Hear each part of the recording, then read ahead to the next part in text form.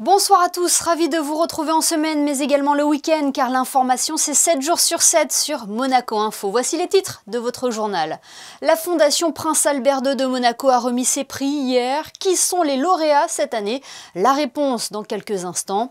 La Roca Team renversante hier soir à la salle Gaston Médecin. Les hommes de Zvezdan Mitrovic ont dominé le CSKA Moscou en Euroleague 97-80 et enchaînent ainsi un deuxième succès de rang. Puis nous recevrons Clivio Piccione, l'ancien pilote automobile, lance le premier championnat de karting 100% électrique. Il nous en dira plus dans ce journal. Nous parlerons tradition avec notre second invité. En ce week-end de Toussaint, l'abbé Christian Venard nous expliquera l'importance de cette fête pour l'Église catholique et ses fidèles. Et en fin de JT, vous découvrirez une animation originale à l'Institut audiovisuel de Monaco sur le cinéma d'animation. Mais débutons ce journal avec la remise des prix de la Fondation Prince Albert II de Monaco. Cette année, cette cérémonie avait une saveur particulière puisque la Fondation fête ses 15 ans. Plus de détails dans ce reportage de Vanessa Dessy. L'une des missions de la Fondation Prince Albert II est de promouvoir, d'encourager et d'honorer les personnalités et organisations pour leur engagement en faveur de la santé planétaire dans chacun des 3 domaines d'action prioritaires de la Fondation. Le prix haut a été remis à la jeune activiste canadienne Auton Pelletier, militante depuis l'âge de 8 ans en faveur de la préservation et de l'accès à l'eau pour les peuples indigènes du Canada, mais également en faveur de la protection des terres. This prize is, of course, a very big honor for me because this is just showing me that I'm internationally recognized for the work that I'm doing, the awareness that I'm bringing to people. Because, like I did mention, Indigenous issues in Canada were not talked about at all, and this just shows me that people are hearing my voice and people are hearing the message that I'm trying to bring, and it's a huge honor to know that I've come this far. Le prix biodiversité a été décerné à IPBES, une plateforme intergouvernementale scientifique et politique sur la biodiversité et les services écosystémiques en reconnaissance de son précieux travail sur l'état des connaissances concernant la biodiversité de la planète. Le prix, il représente vraiment un grand encouragement pour l'ensemble de la communauté de l'IPBES et en particulier les centaines de chercheurs de par le monde qui s'impliquent pour produire les rapports de l'IPBES à titre bénévole. Et donc pour eux, c'est vraiment un grand encouragement et une grande source d'espoir aussi parce qu'ils ont vraiment l'impression d'être appréciés et puis aussi mieux entendus. Donc ils sont vraiment très fiers de recevoir le prix ce soir. Le prix changement climatique a été remis à la société Green Wave pour son concept innovant d'agriculture océanique régénérative qui apporte une solution efficace à la crise climatique et permet de lutter contre les inégalités sociales et économiques croissantes auxquelles sont confrontées les communautés côtières. À l'occasion du 15e anniversaire de la Fondation Prince Albert II, Robert Redford et son épouse ont été conviés à la cérémonie de remise de prix.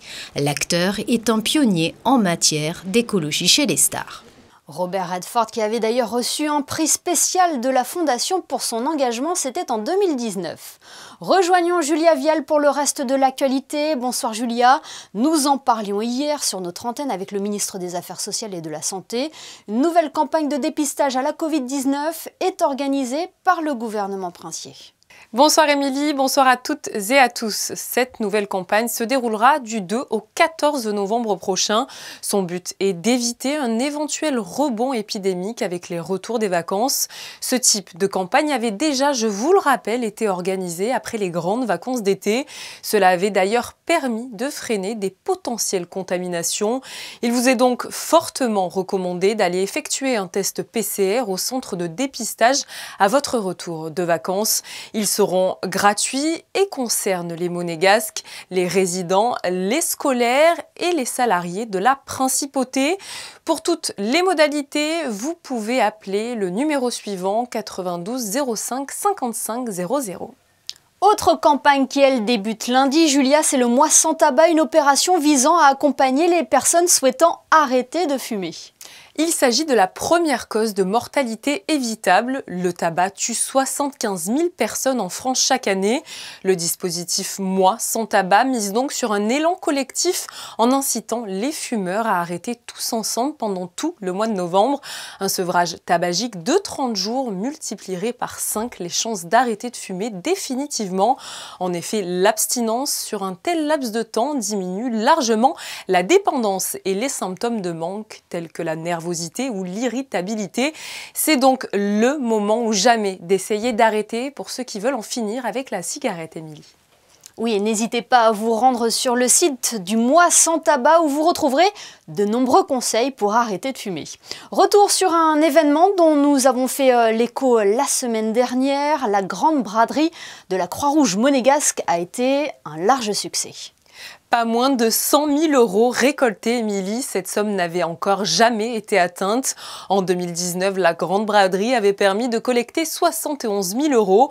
Après un rendez-vous manqué en 2020, les attentes autour de cette manifestation annuelle étaient décuplées. La Croix-Rouge avait plus de 600 cartons de vêtements et accessoires divers à proposer sur 14 stands. Vendredi dernier, le souverain s'est rendu à la braderie pour saluer les 265 bénévoles mobilisés. Cette année, ces fonds records récoltés seront consacrés aux nombreuses actions menées par la Croix-Rouge monégasque tout au long de l'année. Merci Julia. L'autre actualité, c'est cette performance historique de la Roca Team en Euroleague. Les Monégasques ont renversé hier le CSKA à Moscou à la salle Gaston Médecin. Un succès prestigieux sur lequel revient Frédéric Elion. C'est une victoire qui restera dans les mémoires. Battre le CSKA à Moscou, un monument du basket européen avec ses 8 titres en Euroleague, est déjà un exploit. Mais l'emporter de 17 points après avoir compté 22 unités de retard dans le deuxième quart-temps donne encore plus de relief à ce succès mémorable, sans doute la plus grosse victoire de l'histoire de la Roca Team. L'entame de match est cataclysmique, comme lors de la rencontre à Madrid. Monaco est trop soft et prend l'eau d'entrée.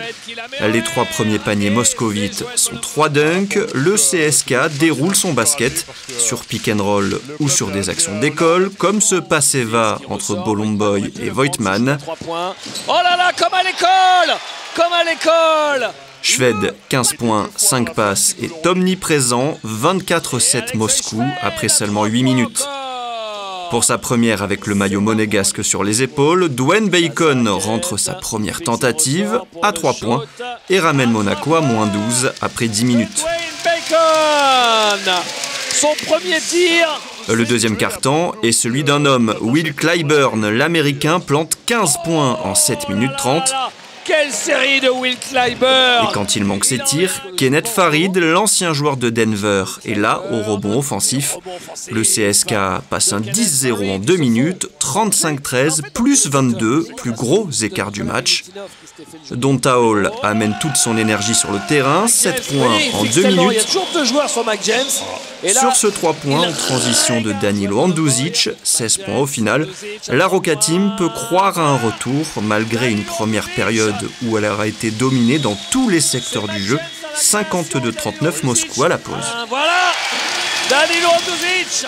La deuxième période est exceptionnelle. Monaco va passer un 58-28 et faire complètement déjouer les Russes. Un passage en défense de zone et le réveil de Brock Motum et Paris Lee, les 2 joueurs sont déterminants dans le comeback monégasque. 12 points pour l'Australien, 11 pour le meneur de poche américain qui rentre 2 tirs à 3 points consécutifs qui vont complètement changer le momentum du match. Encore lui, le petit lutin démoniaque.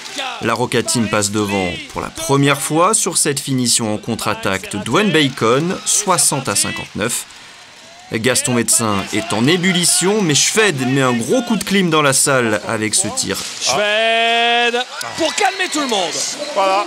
Mais Motum, au drive, donne 3 points d'avance à la Roca Team à la fin du 3e quart-temps, 67-64. Pas de gauche, il a pris l'avantage. Monaco continue sur ce rythme, Motum est toujours aussi adroit, Mike James sort de sa boîte dans le 4e quart-temps. L'ancien du CSKA termine le match avec 10 points, 8 passes et 5 interceptions. L'écart passe la barre des 10 points et malgré les efforts d'Hackett côté CSK, Monaco décroche un succès historique, 97 à 80. 97 à 80. Amazing game. I think only basketball can show something amazing like we showed tonight. I'm happy and proud for my players. I hope that for my players, because we lost against Real and Barça, but we beat CSKA. I think this is. I hope this will be for my team one more step to confidence to play. To continue to play good game in EuroLeague. This is my first game in a while since last season in the NBA. So, I thought I did good. I thought I did really great. I thought I just kept fighting. We got back. We were down, 20? 22. Yeah, so we came back from down 22 and won by 20. So, yeah, that should tell you that right there how good we can be. It's very physical here. I like being physical anyway, so I feel like, I'm at home. I feel like I'm back in Florida. I'm playing, so I just want to keep getting wins, stack up, and, hopefully we can, go as far. We got the team to go as far, really, really far. Avec cette victoire, la Roca Team se replace dans le top 8 avec 4 victoires et 3 défaites avant un déplacement à Athènes. Et la folle semaine de la Roca Team n'est pas terminée, elle retrouve la Betclic Elite demain avec la réception de Paris à 17 h. Intéressons-nous à présent à ce nouveau championnat, un championnat de cartes 100% électriques qui devrait débuter en 2022. Derrière ce projet ambitieux se cache l'ancien pilote automobile Clivio Piccione. Il est avec nous ce soir. Bonsoir Clivio. Bonsoir.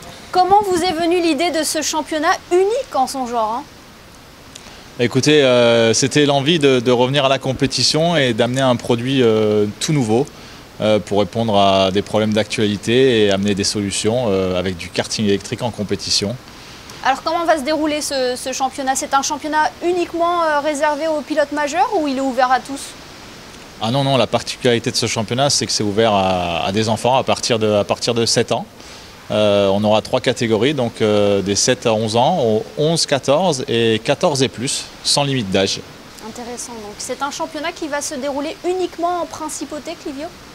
Non, pas uniquement en principauté. Le planning, c'est d'essayer d'arriver à faire 3 événements en principauté sur 3 sites différents. Donc ça, on gardera un petit peu la surprise pour plus tard. Mais on risque de refaire naître la Kart Cup qui s'est arrêtée en 2010. Donc ça, c'était un objectif depuis longtemps. On avait vraiment envie de revoir le karting en principauté. Et donc là, on apporte beaucoup de nouveautés. Et pour le reste des compétitions, on est en négociation avec pas mal de communes limitrophes à Monaco, donc comme la ville de Nice. Potentiellement aussi voir Saint-Tropez et chez nos voisins italiens. Alors Clivio, quelles sont les sensations au volant d'un kart électrique? Est-ce qu'elles sont les mêmes que sur un kart thermique? C'est mieux pour plusieurs points. Déjà le côté environnemental qui est vraiment important. Le fait qu'il n'y ait plus de nuisances, ça apporte des sensations totalement différentes.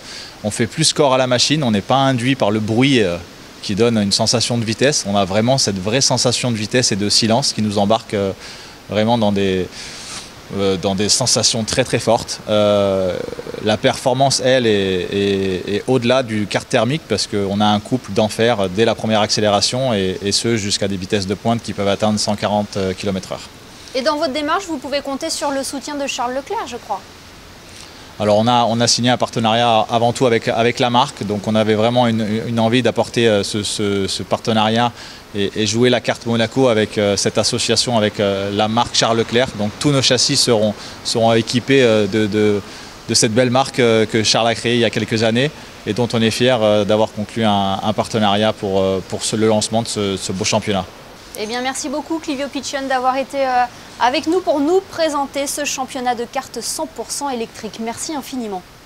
Merci beaucoup. Un mot de football, l'AS Monaco se déplace à Brest demain, un match comptant pour la 12e journée de Ligue 1, Julia. L'AS Monaco a rendez-vous au stade Francis Leblay pour affronter Brest, qui est toujours autant en danger en Ligue 1. Les hommes de Michel Derzakarian sont actuellement à la 18e place du classement avec seulement 6 points et ils vont vouloir aller chercher cette première victoire devant leur public. Mais cela s'annonce difficile pour eux car les Monégasques sont revenus à 2 points du podium. Les hommes de Niko Kovac veulent poursuivre avec un nouveau succès et ne vont pas s'en priver si cela est possible face à Brest. Hier, les traditionnelles conférences de presse d'avant-match ont eu lieu au centre d'entraînement de l'AS Monaco. Auteur d'un match très solide face à Montpellier, Elliott Matazo s'est présenté face aux journalistes et il a notamment parlé de la concurrence entre les milieux de terrain. On s'entend tous très bien, nous les milieux défensifs, on a une bonne entente entre nous et c'est vrai que voilà, jouer aux côtés de Aurélien Tchouaméni qui est en ce moment dans une très bonne période, ça facilite les choses. Franchement, c'est rassurant d'évoluer à côté d'un joueur tel quel. Après, il faut dire qu'on a aussi d'autres joueurs de grande qualité qui peuvent évoluer à ce poste-là, notamment Youssouf et Jean-Lucas aussi qui sont très performants. Et franchement, on se donne beaucoup de conseils, on s'entraide entre nous. Et franchement, c'est très plaisant de jouer avec ces joueurs-là.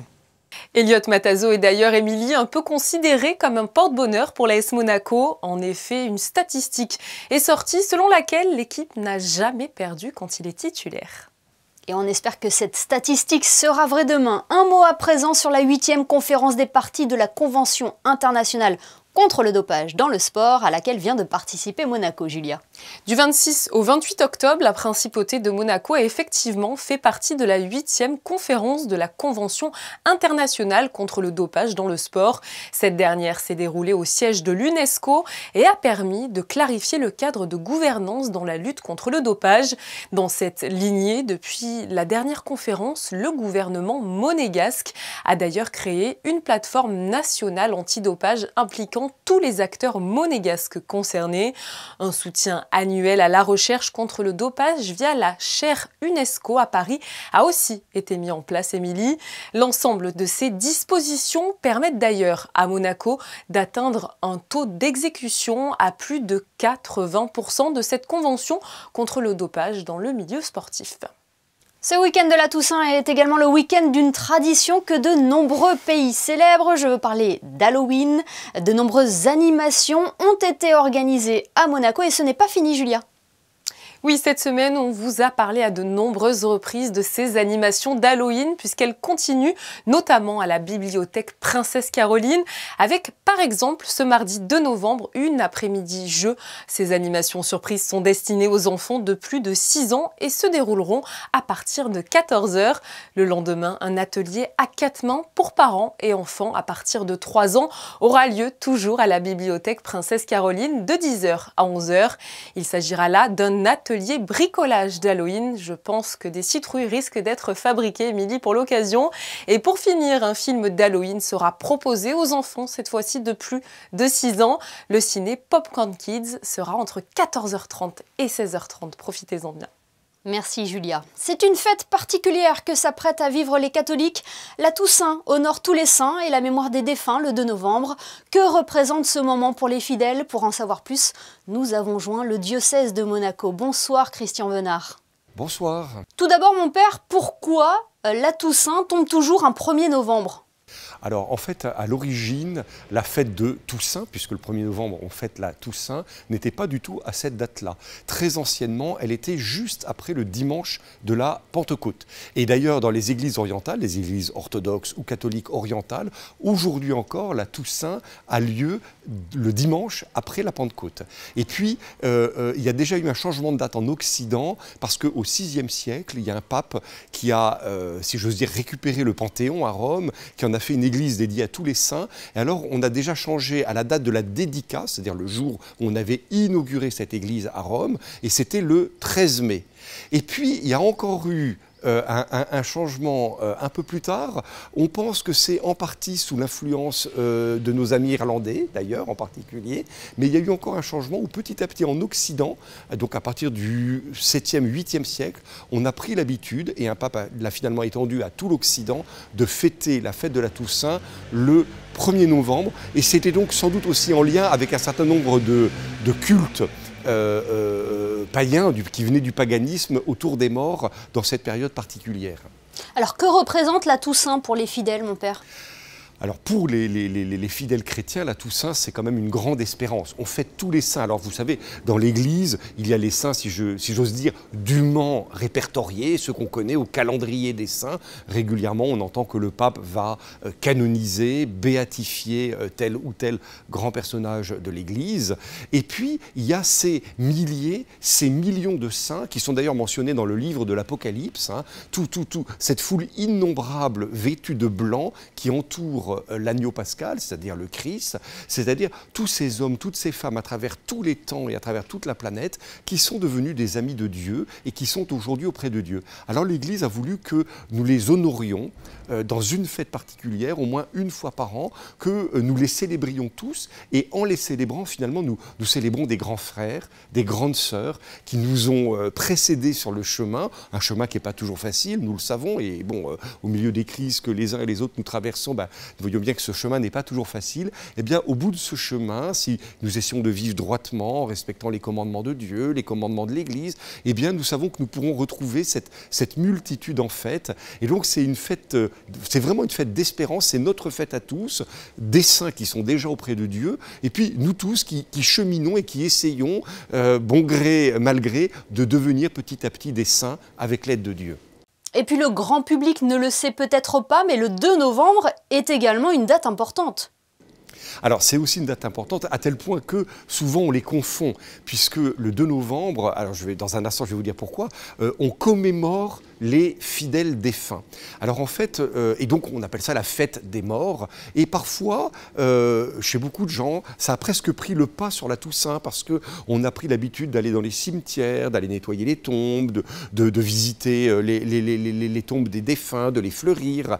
Alors ça s'est mis en place ça au 9e siècle. Ça vient de Cluny, de l'abbaye de Cluny, où il y avait l'habitude, à cette date particulière, de commémorer tous les moines dont on connaissait le nom et qui étaient morts. Et alors petit à petit, cette pieuse coutume s'est répandue dans tout l'Occident, et finalement, ça répondait aussi, je pense, à quelque chose de fondamental dans notre cœur à tous. Nous voulons croire que ceux que nous avons connus, aimés, ne sont pas définitivement morts, qu'ils sont auprès de Dieu, et que nous pouvons garder ce contact avec eux, en particulier avec cette fête dite fête des morts, cette commémoration des défunts.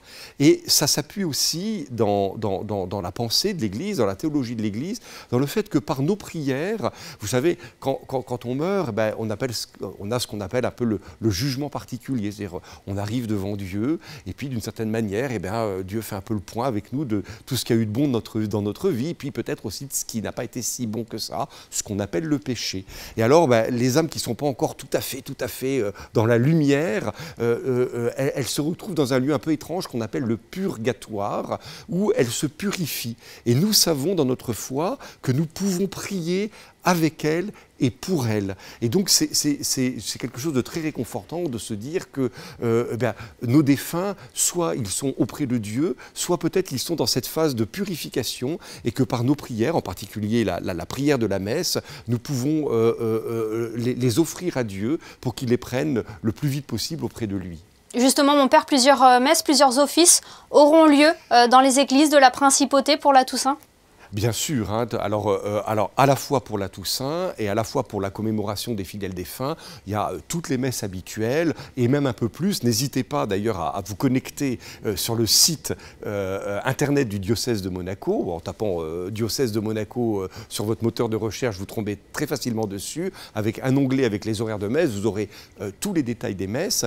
Et pour vous dire à quel point l'Église veut que l'on célèbre des messes, en particulier pour la commémoration des fidèles défunts, c'est un des rares jours où les prêtres sont autorisés à célébrer 3 messes et non pas une seule dans la journée. Eh bien, merci beaucoup, Christian Venard, d'avoir été avec nous ce soir pour nous éclairer tout simplement sur la Toussaint. Et puis, on vous retrouve bientôt sur Monaco Info, je crois, un certain 19 novembre. Avec grande joie, je pense qu'on se retrouve pour la messe de Te Deum à l'occasion de la fête du Prince, de notre fête nationale. Donc, ce sera avec grande joie, bien sûr. Une joie partagée. Merci infiniment d'avoir été avec nous sur Monaco Info. Les vacances de la Toussaint ont débuté mercredi soir à Monaco. Pour occuper les enfants pendant cette période, nombreux sont les musées à proposer des animations. Coup de projecteur ce soir sur celui organisé à l'Institut audiovisuel de Monaco consacré au cinéma d'animation. Le reportage de Fabien Bonilla et Julien Logier. Ils étaient 12, âgés de 7 à 13 ans et pendant 2 jours, ces enfants se sont transformés en magiciens de l'image et de la lumière. L'objectif, expérimenter le cinéma sans caméra grâce à un atelier animé par l'association Il était un truc. Ils ont pu découvrir comment de toutes petites créations graphiques appliquées directement sur des pellicules de 16 mm ou 35 mm peuvent prendre vie sur un grand écran. Munis de feutres, tampons, grattoirs ou autres ustensiles, ils ont expérimenté le cinéma au contact même de la matière et de la lumière, à l'image des films d'animation du début du XXe siècle. L'idée, c'est vraiment de retravailler, de réintervenir physiquement sur du film. Ça a vraiment été des techniques expérimentales à travers l'histoire du cinéma. Quel est l'objectif pédagogique ? Créer, s'amuser à créer, expérimenter, oser faire, se dire qu'on peut faire des belles choses même si on ne sait pas super bien dessiner, c'est pas obligé, on peut jouer autrement. Et ils se sont bien amusés. En fait, j'ai pris un stylo noir et j'ai fait des petites fleurs qui grandissent. Moi, j'ai pris une bande déjà faite et j'ai gratté les personnages pour plus les voir. Parce qu'ils étaient moches ? Non, c'est pour faire un espèce de fantôme. Qu'est-ce qui te plaît ? C'est la liberté d'expression. Aujourd'hui, j'ai bien aimé créer ma propre pellicule. Et ça va servir à quoi, à ton avis ? À mettre sur le tableau, à projeter pour que tout le monde voit ce qu'on a fait. En effet, après avoir passé 2 après-midi sur ces différents ateliers, les productions réalisées par ces jeunes ont été diffusées à l'occasion de la projection du film Les Aventures du Prince Ahmed de Lotte Renninger, un film d'animation allemand de 1926. Il s'agit du premier long métrage au monde de cinéma d'animation. Un détour par les prévisions météo avant de refermer ce journal. Peut-on espérer le retour des éclaircies demain, Julia ? Je déteste vous donner de mauvaises nouvelles, Émilie, mais demain, il pleuvra effectivement encore et encore. Les températures seront également plus fraîches avec 14 petits degrés de maximale. Le passage à l'heure d'hiver semble donc malheureusement aller de pair avec le temps de ce week-end. Malgré cette météo morose, nous souhaitons une très bonne fête à tous les Cantins. Merci Julia et merci à vous de nous être fidèles chaque soir sur Monaco Info, y compris le week-end. Un week-end prolongé marqué par la Toussaint, mais aussi par cette tradition Halloween. De nombreux supporters sont d'ailleurs venus déguisés à la salle Gaston-Médecin hier pour le match de la Roca Team. Illustration avec les photos de Manuel Vitali. À demain pour le best-of de la semaine. Excellente soirée à tous sur Monaco Info.